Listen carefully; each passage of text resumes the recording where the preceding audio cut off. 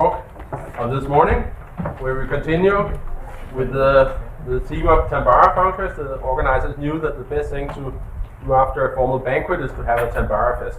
Yeah. That is what we'll have, so we're very happy to introduce Anne-Marie Bohmann from Vanderbilt, and she'll talk about graded Tambara functors.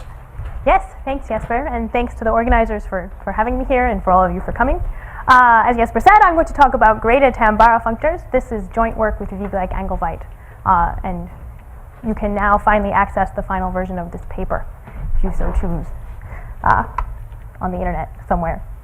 All right, so this is about graded Tambara functors, and whereas Tom in the last talk was talking about, he also had adjective Tambara functors, but his adjective was motivic, which should tell you should be working in fun algebra geometric context. My adjective is graded, which obviously tells you should be working in equivariant contexts, clearly. So by graded here, I'm going to mean ROG graded. And now you know you're working in an equivariant context. So what's our setup? Let's let G be a finite group.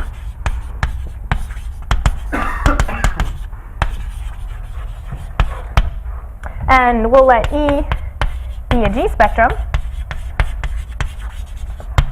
So it's well known that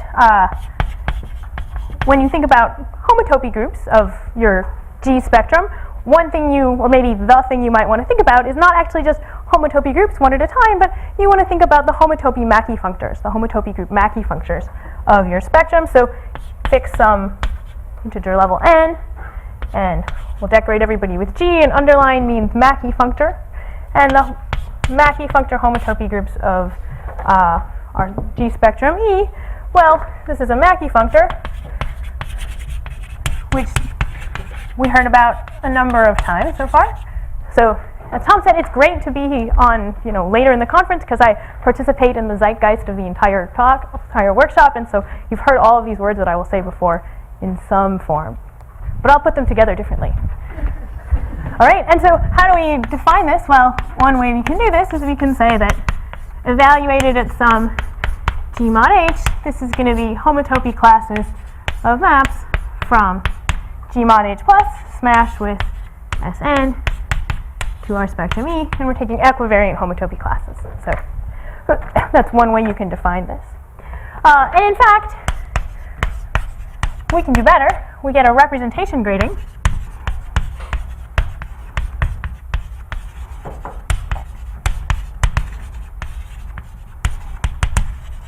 So as stated, I've got, for every integer, I've got a Mackey functor of homotopy groups for my spectrum E, and now I'm going to say, what if I have an alpha in ROG in the real representation ring of G, so this is a virtual representation.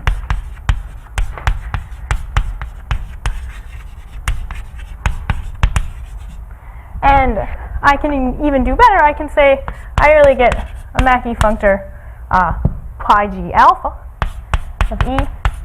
And let's be extra sloppy for now, and we'll fix it in a little bit. And I'll just say that this is the same formula, except that I'll replace n with alpha.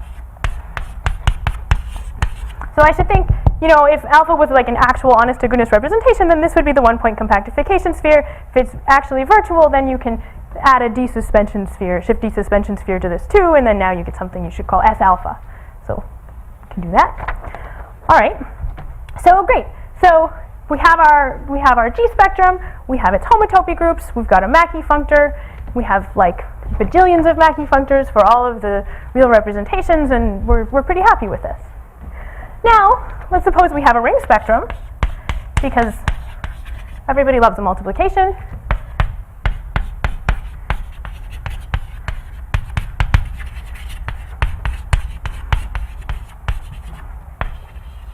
So, by this, Magdalena told us earlier that we might mean many things by this, but for now, let's just be very naive about it, and let's say suppose it means we've got multiplication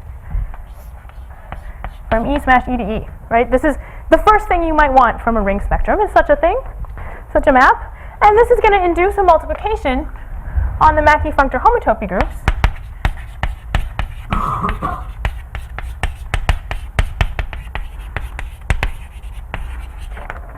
And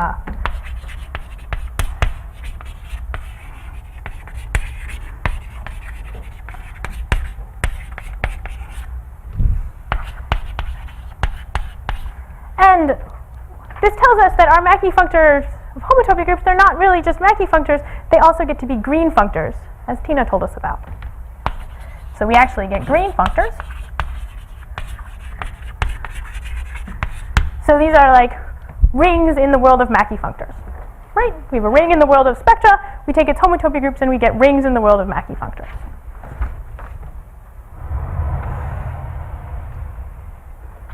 So far, so good.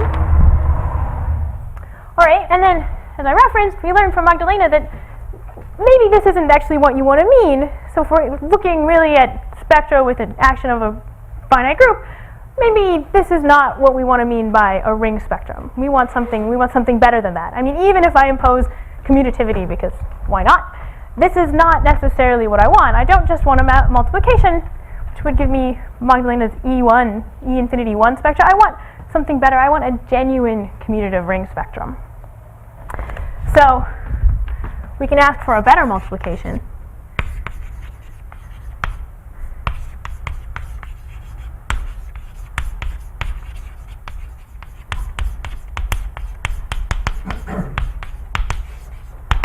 So if we have, say, commutative, highly structured, which for me right now equals norms, highly structured multiplications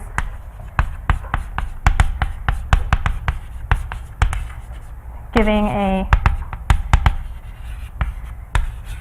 genuine G commutative ring spectrum.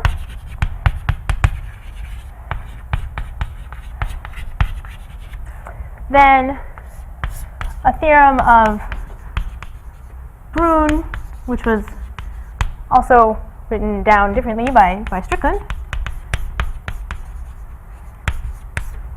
tells you that, in fact, pi 0 G of E, so the zeroth homotopy Mackey functor of your genuine commutative ring spectrum, genuine G commutative ring spectrum, which is very highly structured in a way that Magdalena told us about a little bit, and I'll get into a little bit later as well. This is not just a Mackey functor, and it's not even just a green functor. This is a Tambara functor.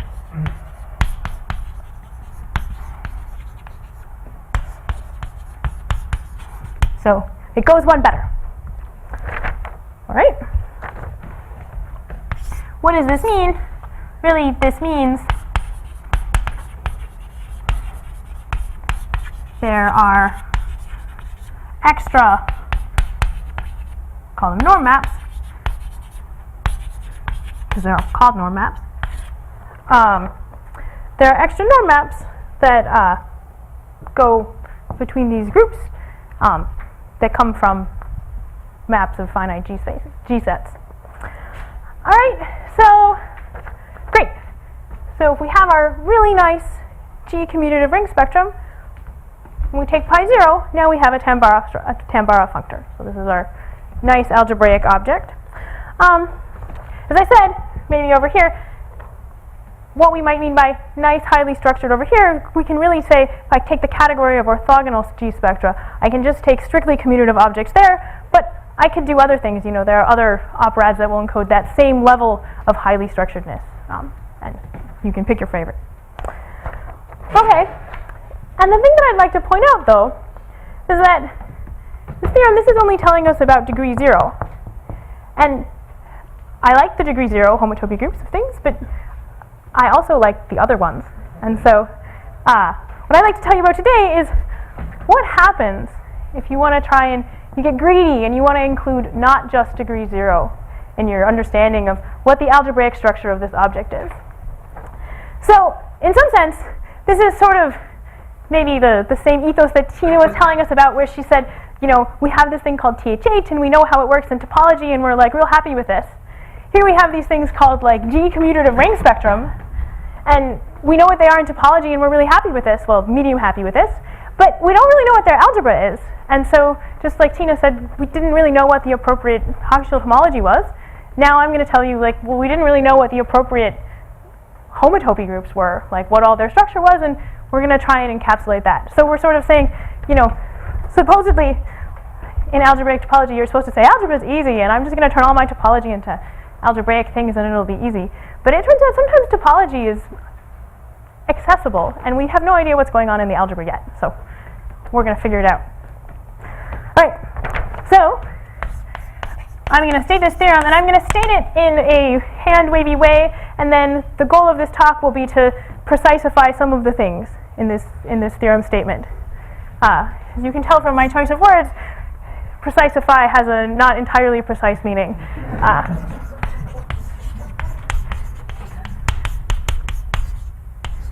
All right, so there is a notion of ROG gradient Tambara functor.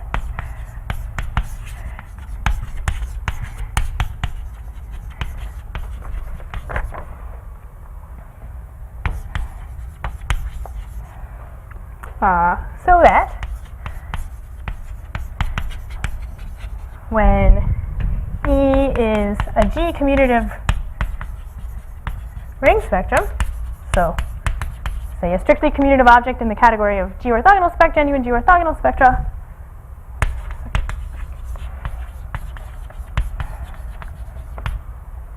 pi fancy star, which means ROG grading stars of E, is an ROG graded Tambara functor.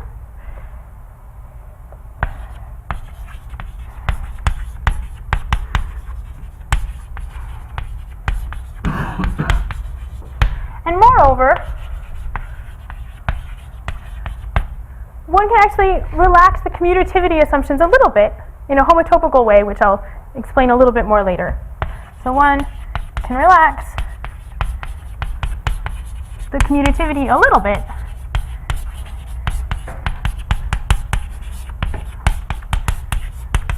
so maybe actually now is the time to tell you about this particular sentence.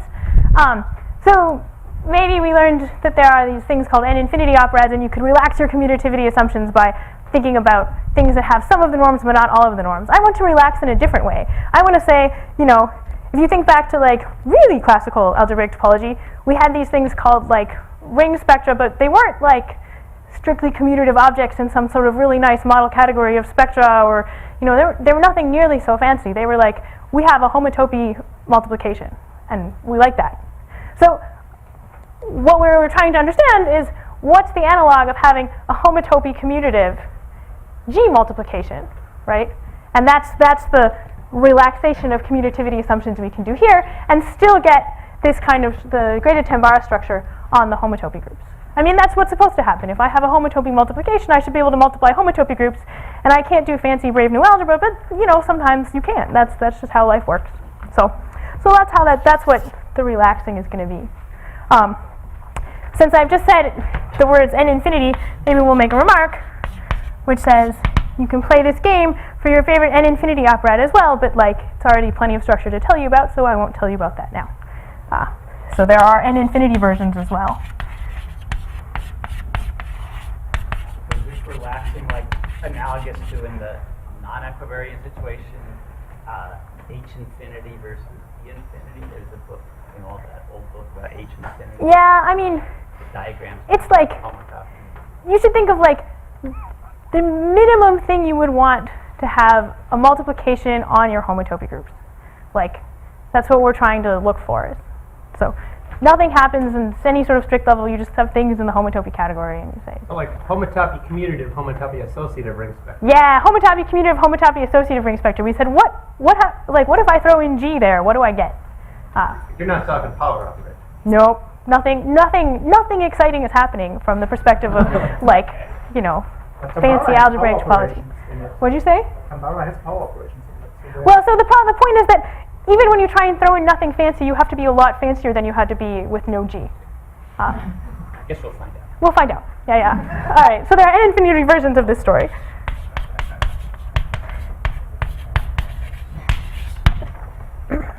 All right. Great. So the point of the talk is to tell you, to make this slightly more contentful for you. So that's the slope.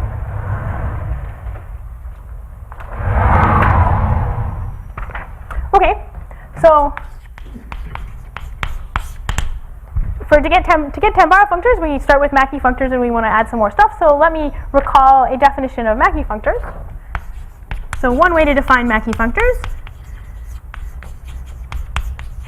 is a product preserving functor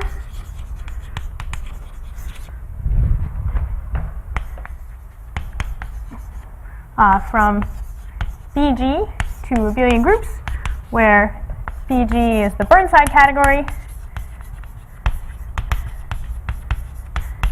So this is a category of spans where objects are going to be finite G sets, and the morphisms. So a morphism from, say, a finite G set X to a finite G set Y is going to be an isomorphism class of spans of the form, that one was a Y, Z mapping to X, mapping to Y. And this one here, this is the restriction, and this one is called the transfer. But what both of these things are just maps of finite G sets, G equivariant maps of sets.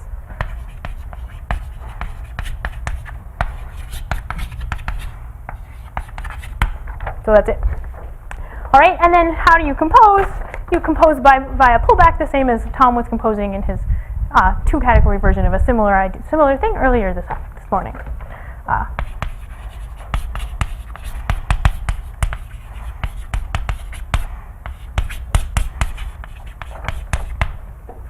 right, and you're supposed to think about what's going on here. You want to think restriction. This is an operation I can do because sets exist, because I have sets happening. Ultimately, abelian groups are sets, and so that's why I get to do the restriction operation. But transfer is going to be a special operation, and I get to do transfer because I get to. Well, that'll tell me about adding. So transfer is an adding thing, and restriction is a setty thing. So that's something to keep in mind. So that's a Mackey functor. There's a usual notion of an ROG graded Mackey functor, and usually that's just an ROG graded object in the category of Mackey functors.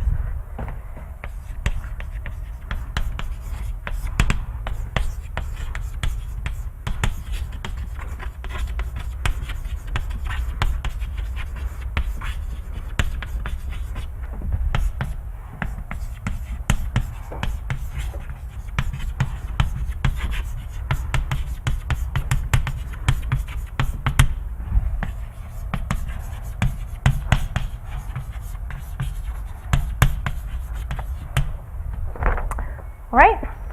So what would that mean? That would mean for every alpha, every virtual representation, I'm supposed to have a Mackey functor, and that's an ROG graded Mackey functor. I just have one of them for every virtual representation, and I say, great, that whole thing is an ROG graded Mackey functor. For Tambara functors,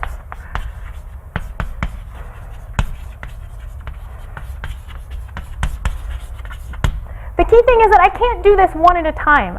I can't just take ROG graded objects in Tambara functors, because that's just going to tell me about how to sort of do my norms and things and multiply within a certain ROG grading level, and that's not how norms work.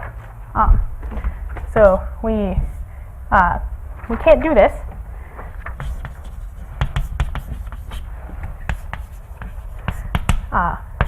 The norm maps will inherently mix grading.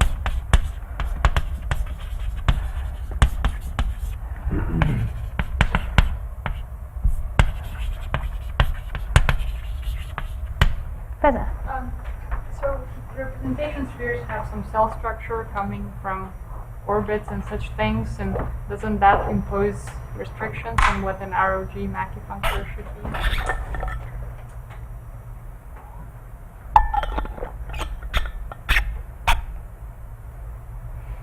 That seems very plausible, but I was pretty sure this was the usual definition. Related question, shouldn't the values at H really be graded by ROH? Yes. Yeah.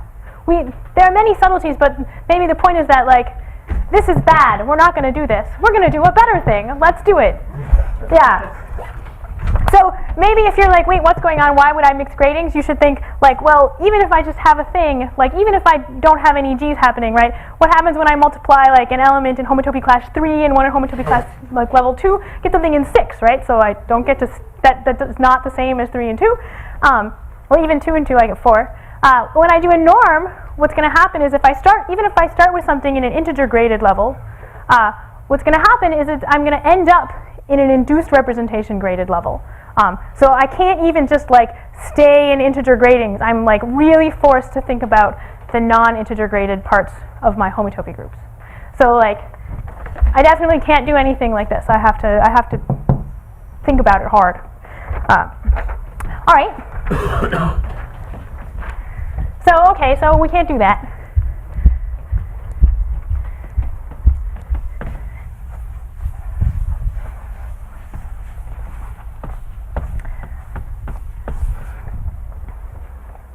So maybe I'll tell you what an ROG graded Tambara functor is, but without telling you what it is, and then I'll tell you what it is with telling you what it is. So the first thing I'll do is just tell you that, well, what's a graded Tambara functor? It's just a functor from some nice category to, you know, some other nice category. So a graded Tambara functor is a functor from a category that I will call ROG Tam, to tell you it's the category that represents graded Tambara functors. Now here I'm going to, instead of landing in abelian groups, I'm going to land in sets that preserves products.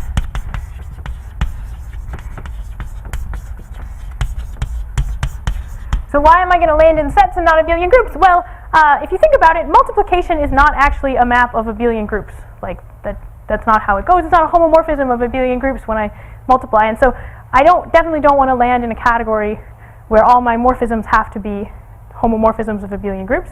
Even if you're not doing anything GE, that's just how that goes. So I definitely want to just land in sets. Requiring that it preserves products was actually going to tell me that secretly all of the sets I hit have to have been abelian monoids. So I'll have to hit abelian monoids.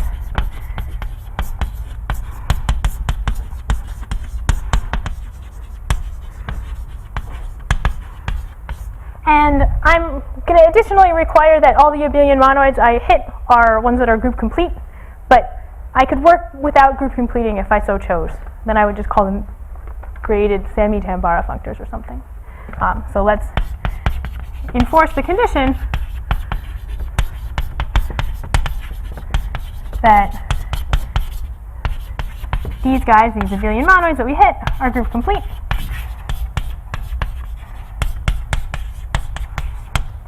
And of course, at the moment, you'd have to, like, totally take on faith that this even happens, because I haven't told you anything about this, or, like, why preserving products would do that, or anything like that. But but I will tell you what this category is, and then if you're familiar with the story, it will be at least, you know, within the bounds of plausibility. I should say that this is exactly the story you have to tell if you want to define regular Tambara functors as functors out of some sort of nice source category into something like abelian groups or sets. You play this exact same game here.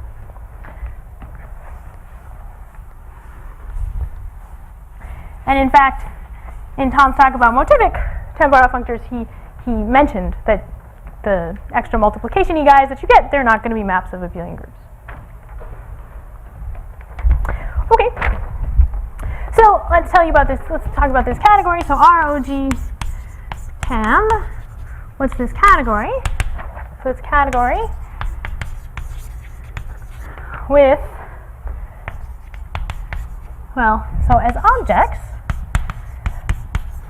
so it's going to be a generalization of the category that usually represents Tambara functors, but I'm not telling you what that is. I only told you about the Mackey functors, so that will be implicit in this too. And this is where Vigleik and I have chosen notation which makes no excuses for our really, really abysmal classical educations. So if you had a good one, I'm sorry. So objects are pairs x, comma chi.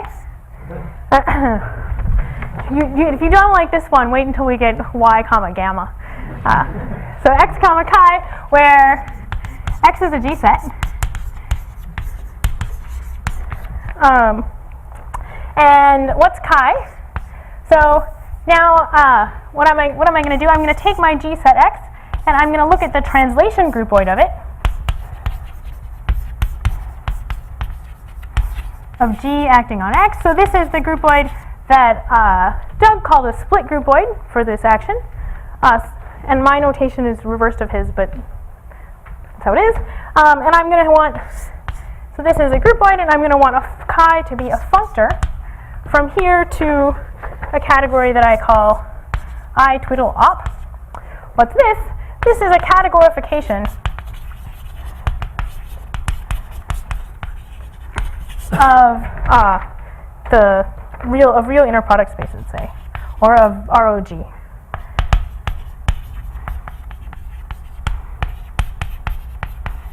So we call this the Grayson-Quillen construction because it comes from ideas of Grayson and Quillen. It's also in Sagave and Schlichtkrull, this particular category with, I think, probably not the same notation.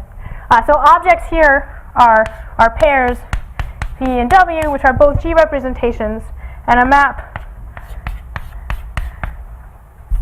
between them is maps from V1 into V2 and W1 into W2 that tell you that the difference between these two pairs, these two and those two, are isomorphic. And so then really both of these guys, if I want to think about this, I want to think about this as being like V minus W in the representation ring. And if I have a map, it's the same V minus W in the representation ring. So this is where I'm being honest about my desuspension representation spheres and what ROG grading could really mean. Yeah, Tyler. I choose an actual isomorphism. Yeah. Yeah, I'm going to keep track of everything. Great. Yeah. G set, you mean finite G set, or is that? Oh yes, I definitely meant finite G set. Thank you. Okay. All right. So those are the objects. So how do you think about this? You think about, like, what's this telling us? This is telling us for every x, for every point in little x, I've got an element of ROG, well, really of real inner product spaces here. I guess they don't have a G action unless x has a stabilizer of G here. That's what the functoriality is going to impose. So this is just like categorified real inner product spaces. If the stabilizer of a point here is going to have to act on the image here, because that's how functors work. And so these things you should think about as being like representations of x in real inner product spaces. That's how you want to think about them. All right. So those are the objects. What are the morphisms?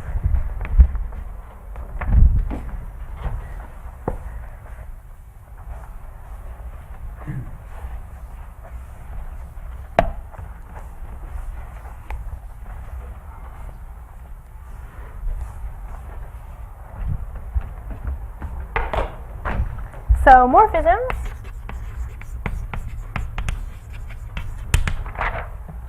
well, suppose I have my x chi and I want to map to y gamma. What am I going to do?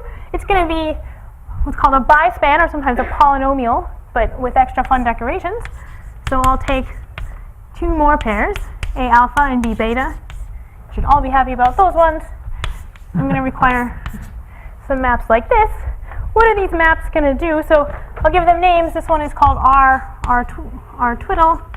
This one is called N twiddle, and T twiddle. And this is supposed to remind you of restriction and norm and transfer. That's what those letters are for.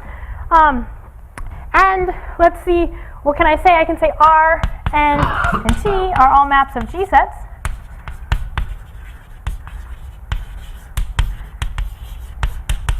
Right, so they map between the first components here, just ordinary equivariant maps. And the guys with the twiddles, R twiddle, N twiddle, and T twiddle, these are going to be maps relating these functors, so these are going to be natural transformations.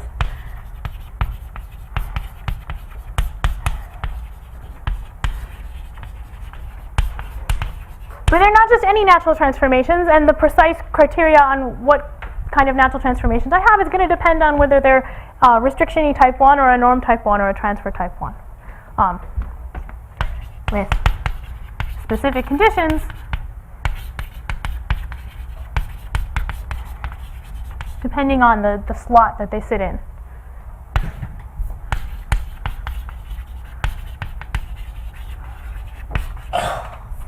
So maybe let's say where we appear, or what type they are.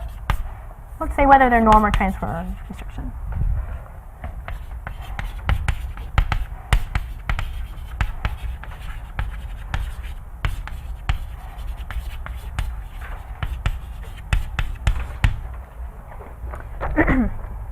Right, so we're not going to be able to put all natural transformations in all of these spots. And you should think that's kind of like what we saw in Tom's definition of motivic Mackey functors as well, right? He wasn't allowed to like have extra motivic multiplications along everything. It was only the finite tau ones, which maybe, not everybody gets a norm. All right. So I should tell you about composition, but I won't.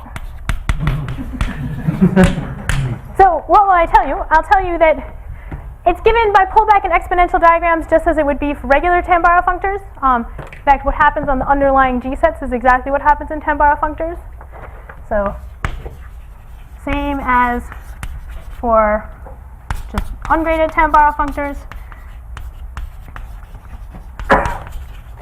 And of course, the thing that you have to check is that like the appropriate conditions on all of these twiddly guys get carried along, and they do. So there's like content to check, but this writing down the actual form for the composition here, it's like you can do it, but it doesn't make your brain understand what's happening any better. In fact, the best thing to say about what's really happening is that really it is a distributivity condition. You should think that, like, what am I trying to do? The hard bit is if I want to say, like, what if I accidentally added and then I multiplied? Like, how would I multiply and then add? And then you can like unpack exactly how you like write down the sets that encode multiplying and then adding, and like that is exactly what you should do. And it's a lovely exercise. All right, so I'm not going to tell you about the composition precisely, but I'm going to lose my eraser instead. And you can actually check the compositions associated with them. Yeah, it's pain. You can, and you also do. Not in the paper, we don't. I mean, so what's going on on the level of sets really is the thing that you thought it was, and then you just have to like pull the natural transformations with you.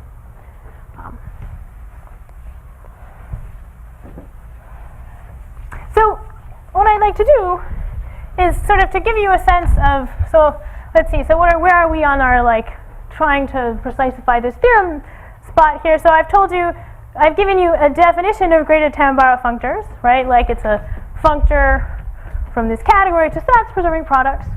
And I kind of told you what this category was, right? I at least told you the objects and the morphisms. And so, you might say, yeah, like there's a theorem. Now you know what it says, right? It says if I have a genuine G commutative ring spectrum and then I take its homotopy groups, I get one of those gadgets. But you should all look at me and be like, really, I have no idea what's going on here. Because I haven't really explained what's happening. And so what I'd like to do is to sort of unpack both this category, ROG TAM, just to tell you why the heck this would be the right category, by explaining a little more about what these morphisms are and what the things with the twiddles are and how they give you, how exactly this goes, how the proof goes, sort of explain piece by piece. I'm going to focus on each of these types of morphisms separately, unpack them, and then that will give us sort of a sketch of the proof at the same time as explaining what the heck this category is doing, and afterwards you'll be like, okay, well, something like that might work. And that's the goal of a talk. All right, so we're going to unpack all these gradings and these maps one at a time. So we'll start with the restriction type maps.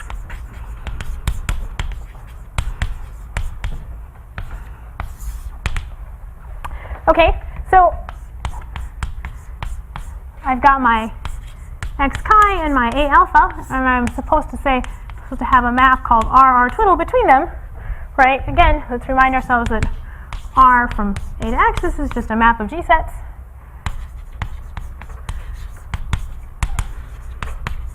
So now let's talk about what's this R twiddly guy. Well, so we'll require that it be the following.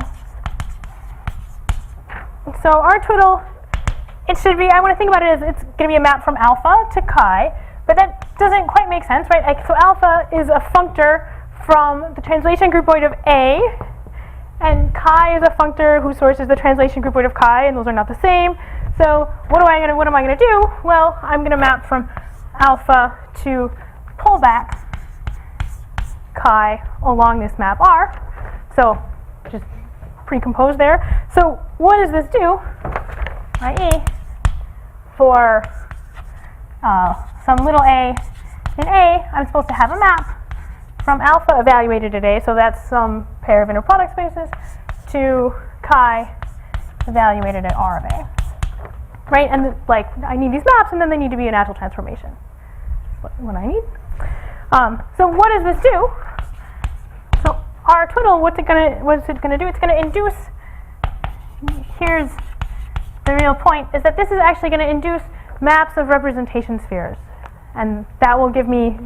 That will tell me how I can prove this theorem. So it's going to induce a map like this. So I'll take the wedge over all of the elements in my set A of the representation sphere given by alpha evaluated at A. So, alpha evaluated at A, this is some inner product with an action of the real inner product spaces with an action of the stabilizer of A. So this is representation spheres. A map like this to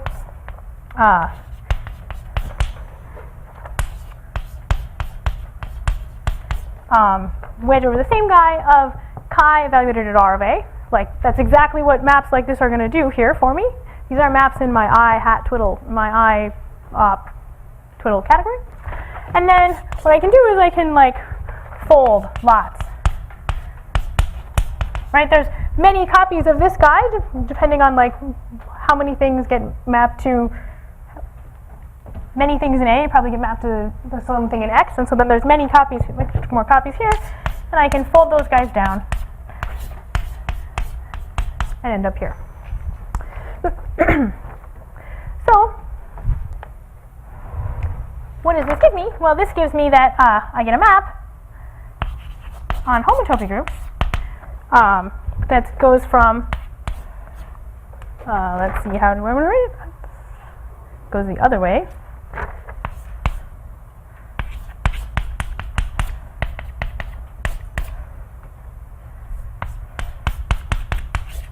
So, because I'm indexing over a G set, this whole wedge gets to have a G action. This is a G spectrum, and this guy too. And so I can think about G maps from this thing to my G spectrum E, and I can pre-compose, and I get maps here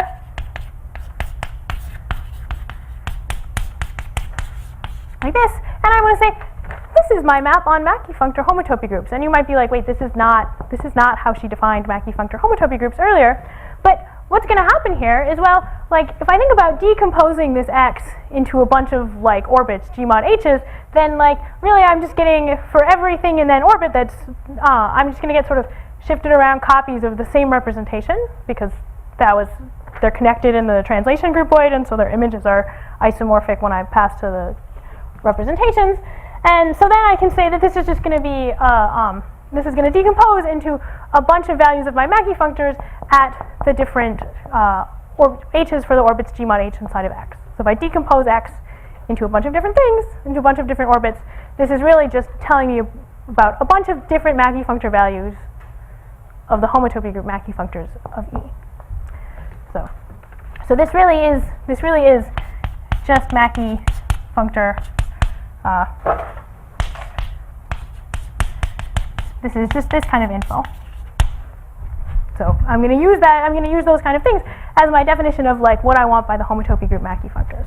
So if I just stuck to G mod H's here, I could really write it down as sort of a single value of single Mackey functors. But I don't want to just stick to the G mod H's, because in my morphisms up here, I'm going to need to not just have single orbits living there in order to capture like multiplication, right? Multiplication is not just going to be from one orbit to the next.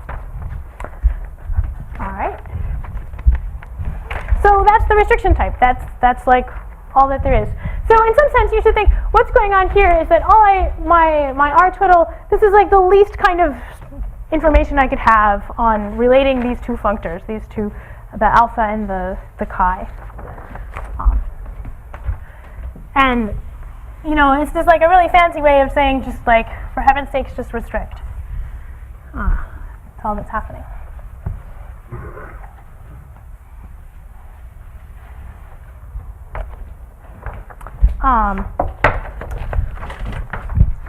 So then there's the transfer type.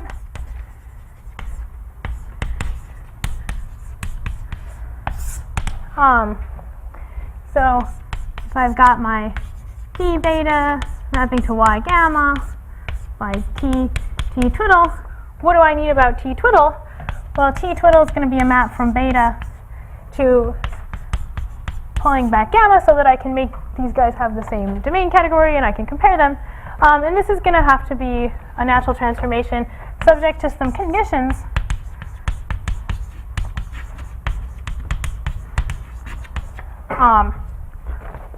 Which I guess I could spell out, but maybe let's not spell them out in detail. Let's say, so each component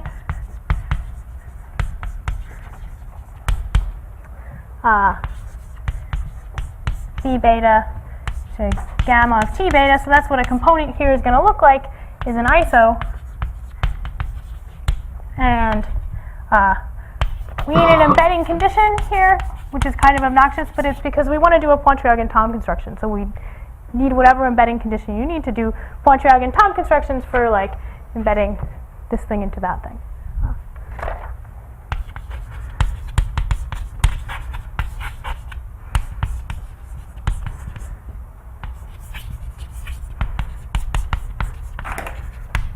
So let's see, what do I want to point out here? I want to point out that this fact that this has to be an isomorphism, you should think about this as being a little bit about everybody adding can't change gradings.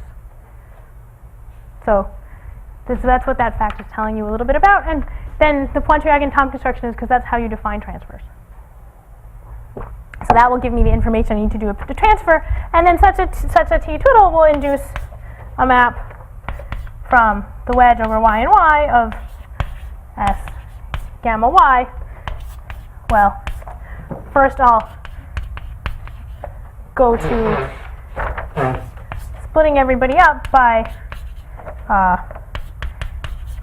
which things get mapped to it, right? So I'm going to do this. This is going to be like a this is like a Tom. This is like the Tom bit of my map. I like took something for the y sphere thing, the y representation thing, and I like split it up over all of the things that got mapped to y. So now I had like one big representation sphere. Now I have like many little ones, and they're all wedged together, according to the preimage. And then, well, here's what's going to. Here I'm going to have to use my t-twiddle inverse,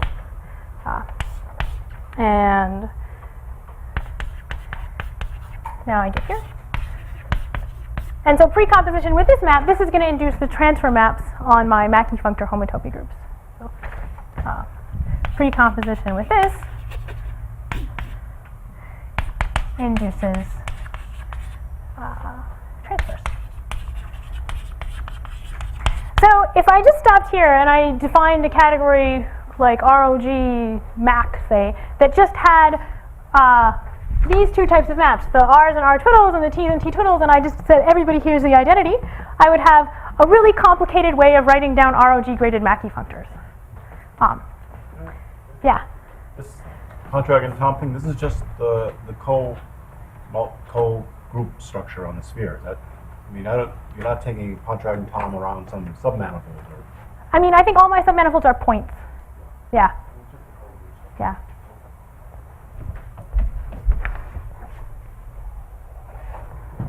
Okay. All right. So I could stop here. I could have, you know, a really crazy version of ROG graded Mackey functors. So we could do that.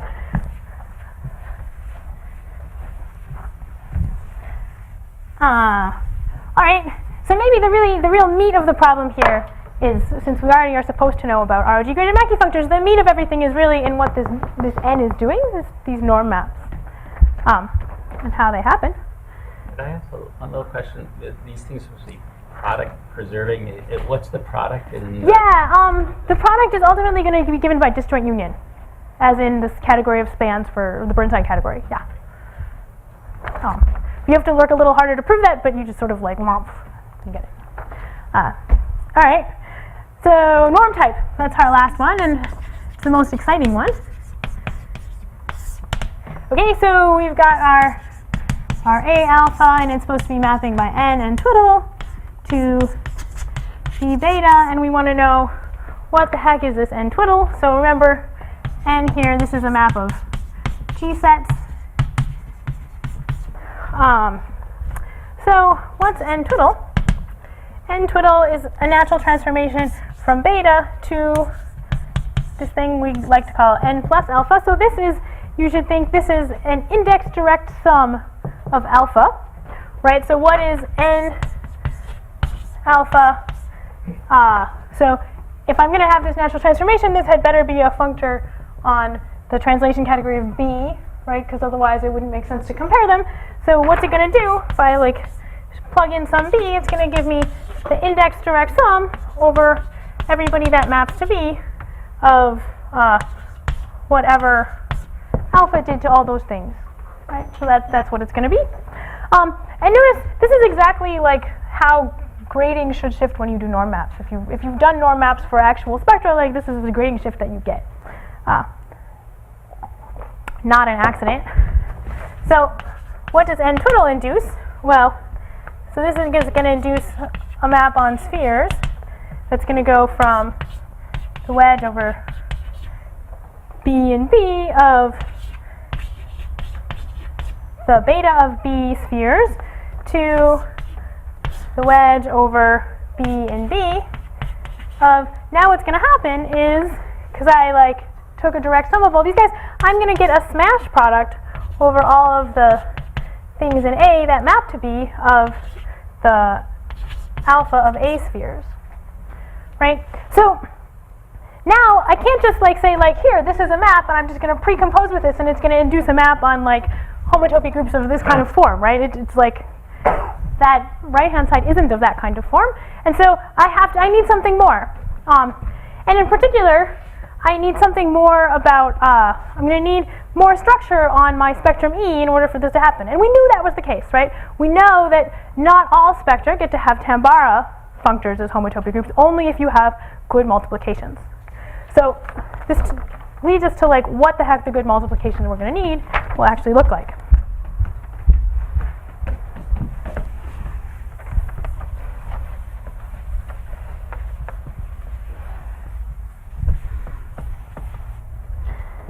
So what we can do, so suppose we have some map in this homotopy group.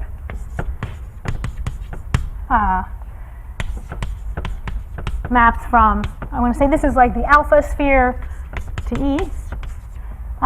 Then what we get is, well, we'll use our map that we just constructed from n twiddle.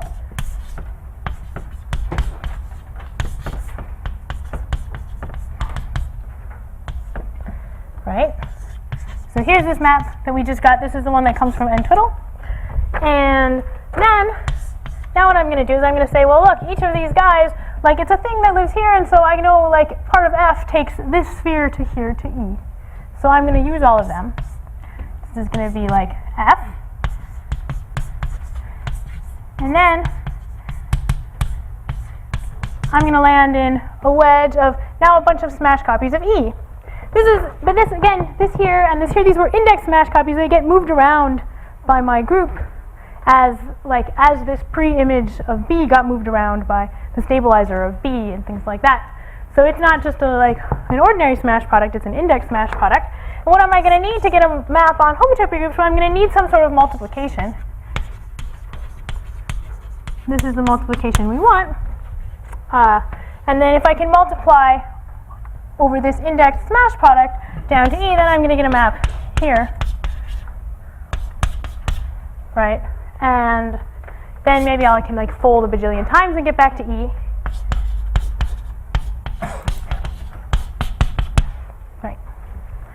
So that's what I need. So what this is telling us is that in order to get, and this is sort of the circular, this is the way I'm presenting it, but it's not the way you deduce it, is in order to get functoriality with respect to these guys, you need E to have some sort of fun norm multiplications that are going to look like this and give you maps from here down to here all the time, no matter what your pre-image of B was, no matter what any of your sets involved were. So for like all of the possible like subgroup of H sets that live inside of G sets and whatnot, which is all of them.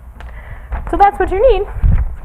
So that means we need multiplications. We need norm type multiplications in order to get our functoriality here.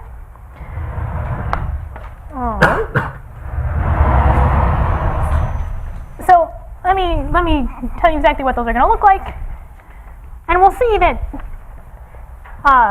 these are just going to be basically like norms in the homotopy category. So I have to introduce a piece of notation.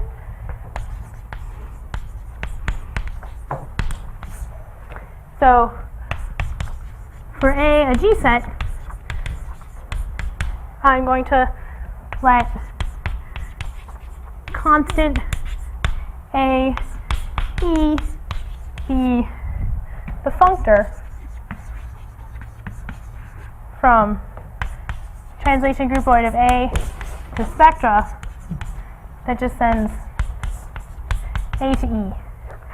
So this is basically, you should think, I want to have a bunch of copies of E, but like indexed on A. But it's always the same. This is a helpful piece of, this is mostly just for convenience in writing what's happening here. So a norm multiplication then, this is going to be the slightly relaxed commutativity assumptions that you need on your spectrum E in order to get a graded Tambara functor as its homotopy groups. So a norm multiplication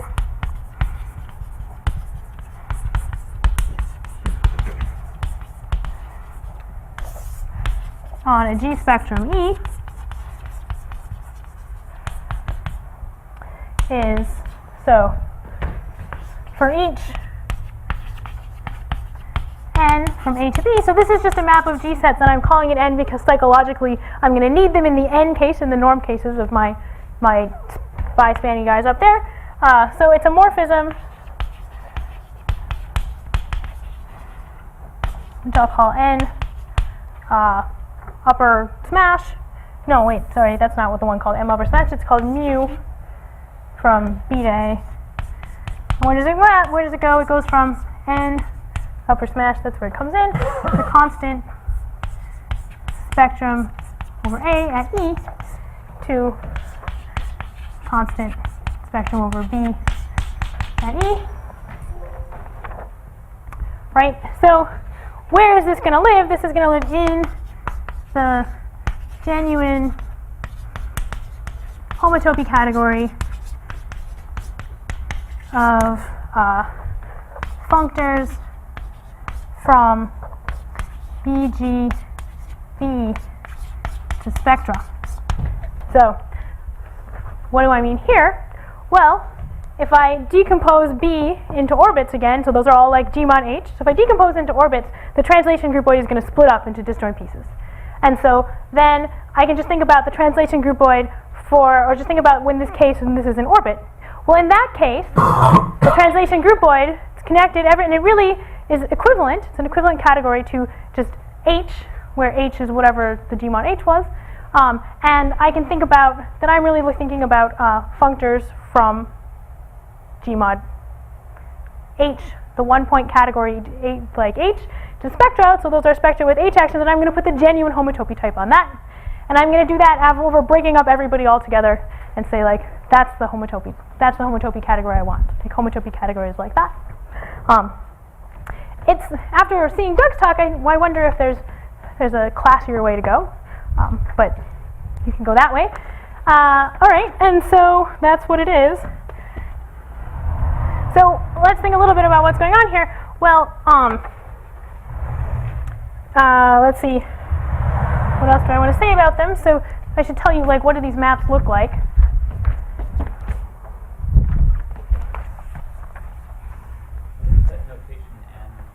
Yeah, I'm just about to tell you what that's doing. That's an indexed smash product.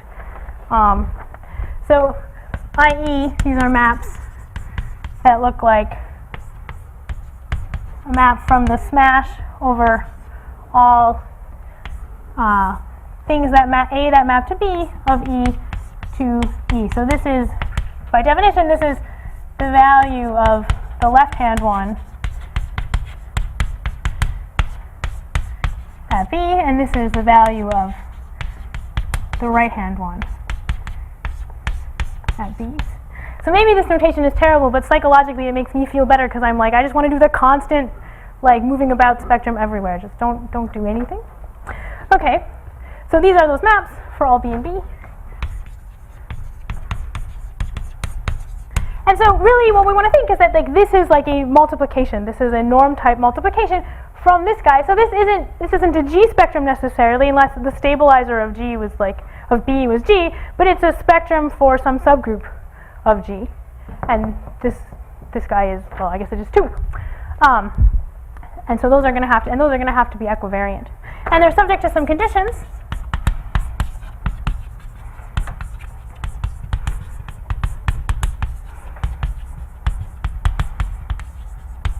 So, like, what kind of compatibility conditions are we going to have?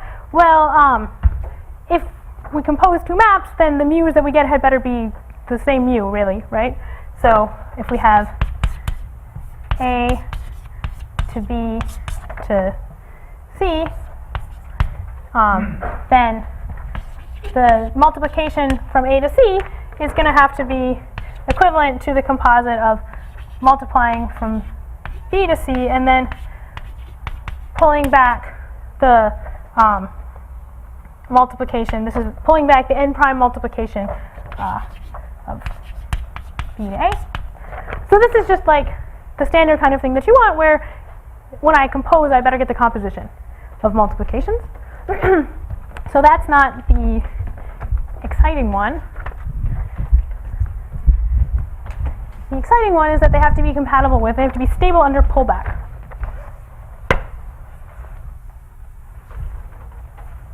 So I should say, right, if I really did take like an orbit here, you can see that this kind of multiplication would ultimately, it really would be a Hill-Hopkins-Ravenel norm. That's sort of all I'm asking for, but in the homotopy category, if I don't have the whole B.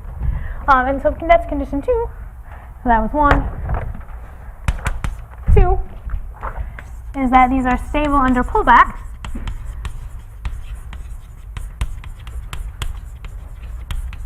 In the sense that if I have pullback square like this of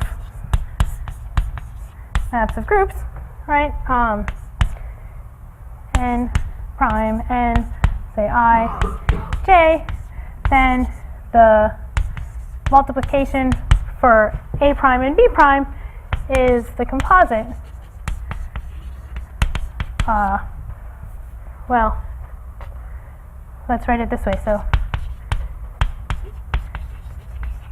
here's where I start with my multiplication from A prime to B prime. I start at this functor here, and then I'm going to say that's the same thing as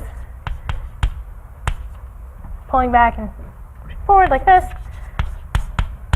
just by calculating. It's the same thing as this, and then now I can do my AB one, and I get down here. And this is the same thing as just doing it for B. So this is some sort of stability axiom. So maybe we'll have an example.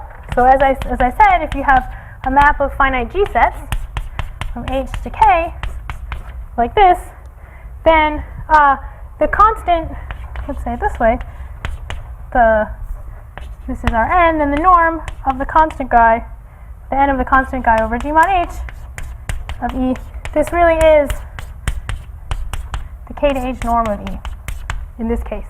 So it really is a Hill-Hopkins-Ravenel norm. And so the mu that I get here, this really reduces to that Hill-Hopkins-Ravenel norm.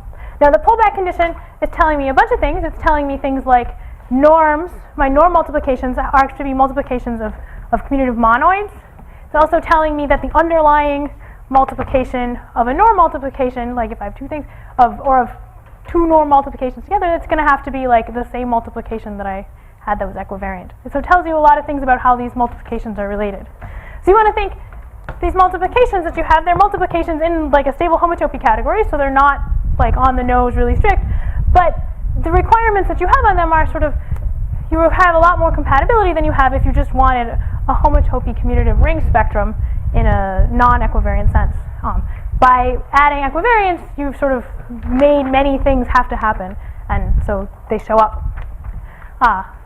Anyway, and so then when you use these multiplications, you can fill in this spot here, and you prove that you do actually get graded Tambara functor out of the homotopy groups of your G commutative ring spectrum. Thanks.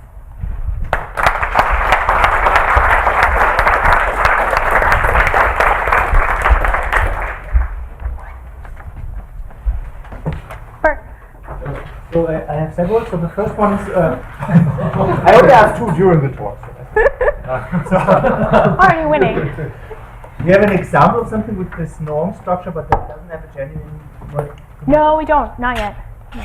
The next one is if you do the G analog of an H infinity ring spectrum. So you derive, for example, the point set level symmetric algebra functor with respect to genuine equivalences on a formula G spectra. So a G analog of H infinity. This probably is. Does this give this? Probably. I haven't thought about it. So seems plausible. Bert. So I was just wondering, have you thought about what this looks like for specific examples? Everyone's favorite finite group, C2?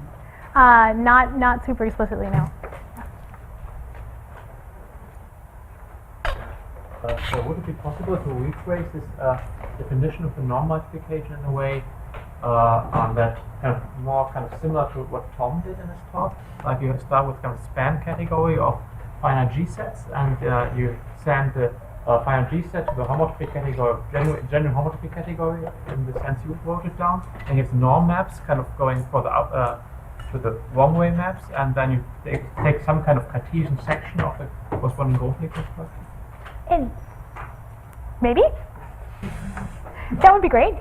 Yeah, I also don't know if that's true. That seems like it would be nice to have another description of it as well, yeah. The group is trivial, that is reduced to a homotopy commutative ring spectrum? Yes, it does. If the group is trivial, it does reduce to homotopy commutative ring spectra, because like all you end up getting is just like many copies of a homotopy commutative multiplication that have to be like the same when you multiply two. If you have three things and you multiply down to two, that has to be the multiplication from 2 to 1 smash an identity. You know. That's not quite the same as H infinity, right? I'm sorry? That's not quite the same as H infinity, I think. No, it's not. Sorry, it's not. It's just commutative in the homotopy category. Like nothing, there's no operads happen. It's very naive. If you replace your category of sets with spectra, is this giving you a way to write down norm commutative ring spectra as functors in this way? I would like to know that. Yeah. Yes, Corey? Can you do it for compact Lie groups? Not like this. I mean, you would have to use some like actual manifolds instead of G sets or something. Manifolds are hard. I do. We have a last question. No. So before you applause, the last time I have one practical announcement, of really practical nature. Like Uber they arrange taxis here. So if you're leaving here, you don't have to leave, but if you're at some point leaving this place, you should put your name on the taxi list, and I think they'll try to group people together. They were not. They said that you could write your name on anytime during office hours, today and tomorrow. But I guess the sooner you write on there, the more chance we have of sharing taxes. So right, that was a practical announcement. So we start again at 2:30 with Mona Merling, and after that Fabian Moran. So let's thank the morning speakers, Behrens, Bachmann, and Bohmann. Take a break.